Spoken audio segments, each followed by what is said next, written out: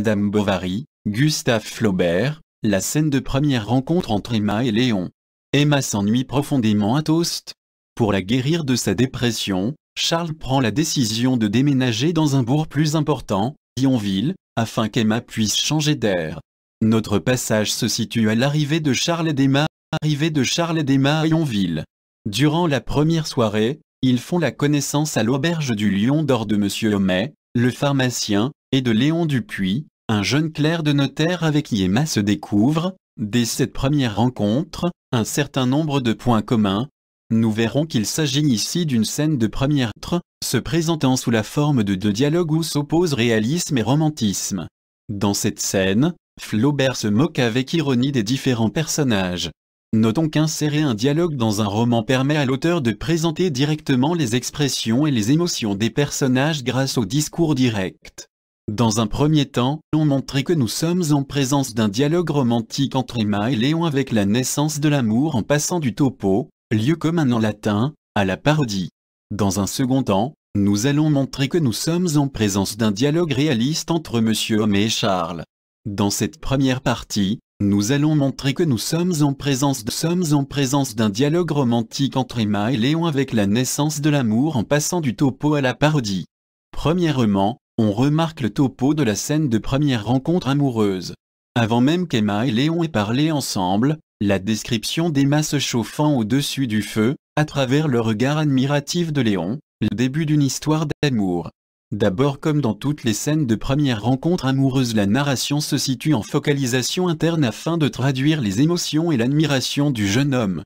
On remarque un verbe de vue regarder qui prouve que la focalisation est interne et que la description de Madame Bovary passe à travers le regard admiratif de Léon.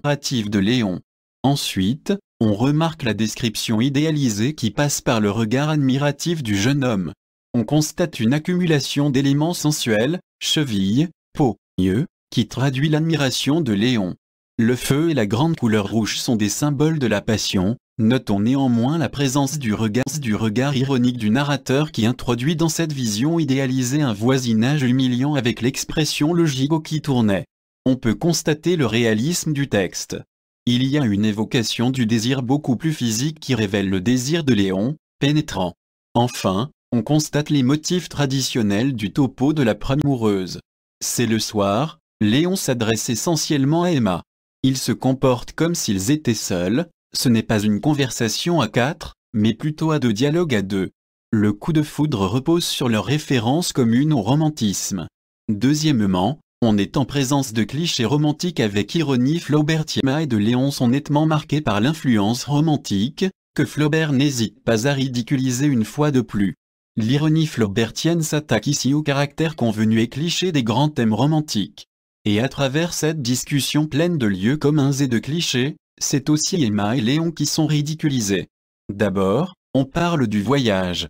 Le voyage est l'évasion des romantiques. Il y a de l'ironie, car le voyage est ici très relatif, seulement de Toast à Yonville. On retrouve encore de l'ironie, car ici encore le voyage est relatif, ce n'est pas Léon qui voyage, mais son cousin. Ensuite, on parle de la nature. L'ironie repose dans le décalage entre la majuscule emphatique et la trivialité du lieu. La pâture rappelle le mot bovin qui rappelle Bovary. On est dans le cliché. Flaubert se moque ici des clichés romantiques dans lesquels on retrouve toujours les mêmes motifs. De plus, Emma et Léon sont ridicules, car ils sont d'accord sur des lieux communs. Léon et Emma semblent aussi ridicules à cause de leur enthousiasme un peu excessif. On remarque une accumulation qui traduit l'enthousiasme du personnage. Le lyrisme du personnage est ridicule, car il porte sur des lieux communs. La ponctuation est forte et il y a plusieurs accumulations qui miment l'enthousiasme du personnage. Des références à des poèmes ou tableaux connus prouvent que la discussion tourne autour de clichés. La poésie des lacs est une référence au fameux lac de la Martine pour qui Flaubert a une véritable aversion. À 1000 pieds s'ouvrent des vallées entières, quand les nuages s'entr'ouvrent cela peut faire penser aux voyageurs sur la mer de nuages de Friedrich. Ensuite le texte parle de la musique romantique, allemande. Oh, la musique allemande, celle qui porte à rêver. On a ici un enthousiasme ironique. Enfin le texte illustre la lecture comme évasion. On retrouve le cliché de la lecture au coin du feu. On a aussi un enthousiasme qui se par l'accumulation. La discussion tourne autour de lieux communs, la lecture comme évasion, la lecture comme vie par substitution et une identification au personnage de ces lectures. L'emploi du pronom impersonnel, on souligne que Léon est ici dans le lieu commun. On remarque l'enthousiasme des deux personnages qui tombent d'accord sur scène. N'est-ce pas, j'ai éprouvé cela, c'est vrai, c'est vrai. On a ici une question rhétorique, une répétition et une ponctuation forte qui soulignent le tout. On a donc dans ce passage une définition du roman romantique, le roman balzacien, dans lequel le héros vit toujours une existence singulière. C'est une vision romantique du héros, à laquelle Flaubert s'oppose, car il trouve qu'elle est trop peu vraisemblable pour être réaliste.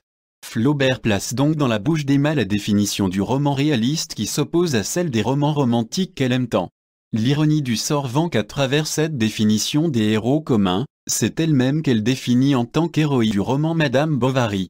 Ou plutôt en tant qu'anti-héroïne, puisqu'elle n'a rien d'héroïque et que sa vie est des plus communes. L'expression les sentiments tempérés caractérise quant à elle très bien les différents amants d'Emma, Léon et Rodolphe. Dans ce second temps, nous allons montrer que nous sommes en présence d'un dialogue réaliste entre Monsieur Homais et Charles.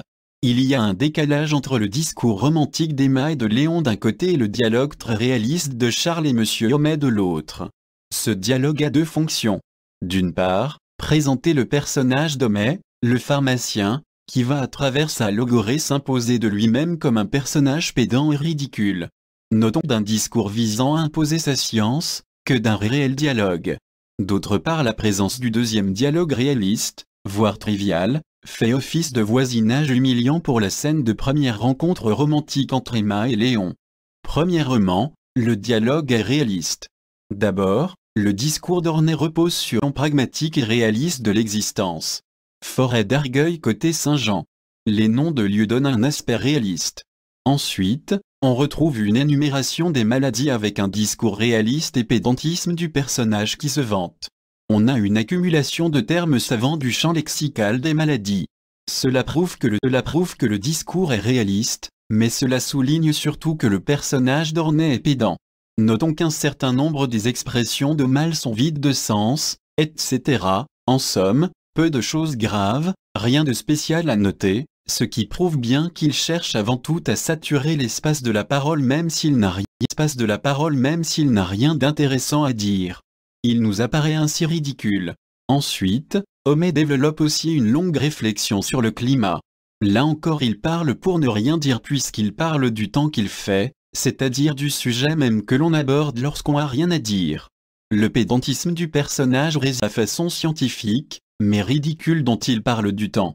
On notera encore l'accumulation de termes savants du champ lexical de la météorologie, thermomètre degrés centigrades au mur Fahrenheit, qui souligne le réalisme de ce discours, mais aussi le pédantisme du personnage. Le pédantisme d'Homais se traduit ici encore par le pour ne rien dire puisqu'il répète 3 fois la même chose, la température, mais de façon différente. Enfin, le réalisme de ce dialogue repose aussi sur le fait qu'Homais aborde les histoires du bourg, c'est-à-dire les ragots. Le discours d'Homais, qui se voulait savant, glisse donc dans la trivialité, ce qui accentue une fois de plus son ridicule. On est dans un discours indirect libre pour mimer la conversation. De plus, il y a un emploi du pronom impersonnel on qui souligne le fait qu'on est dans le oui-dire. Le ridicule du nom tu vache fait écho à Bovary, bovin. Deuxièmement, on est en présence d'un voisinage humiliant. L'apnée fait office de voisinage humiliant pour la scène de première rencontre amoureuse d'Emma et de Léon. En effet, le réalisme du discours d'Homais dévalorise la discussion romantique et le coup de foudre. D'abord, au goût romantique d'Emma et de Léon pour le voyage s'oppose le pragmatisme de Charles qui refuse de voyager et la réflexion très réaliste d'Homais sur l'état des routes. Les deux dialogues se construisent en se répondant et en s'opposant. On a une opposition entre le dialogue poétique et romantique d'Emma et Léon, et celui pragmatique et réaliste d'Homais et de Charles.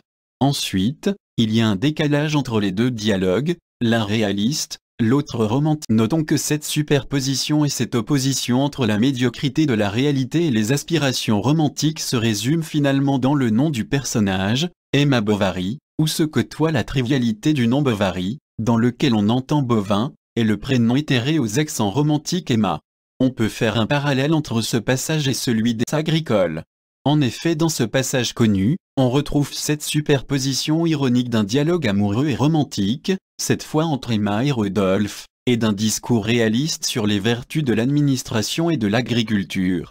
On peut aussi souligner le ridicule de Charles qui ne voit pas se dessiner un début de romance entre Emma et Léon. Il rappellera à cette occasion que dans la deuxième partie du roman, la relation d'Emma et de Léon reste platonique. D'ailleurs, par lassitude, celui-ci finira par quitter Yonville pour aller finir ses études de droit à Paris. Ce n'est que dans la troisième partie du roman qu'ils se retrouveront pour vivre à Rouen une aventure passionnée qui conduira Madame Bovary au suicide. Notons que rapidement, celle-ci découvre que Léon semble avoir perdu sa fougue et ses aspirations romantiques. Il redevient alors un héros commun, un petit bourgeois de province, aux sentiments tempérés, bien loin de l'idéal romanesque qu'Emma s'était figuré, et c'est d'ailleurs peut-être aussi cette dernière désillusion qui l'a conduit au suicide.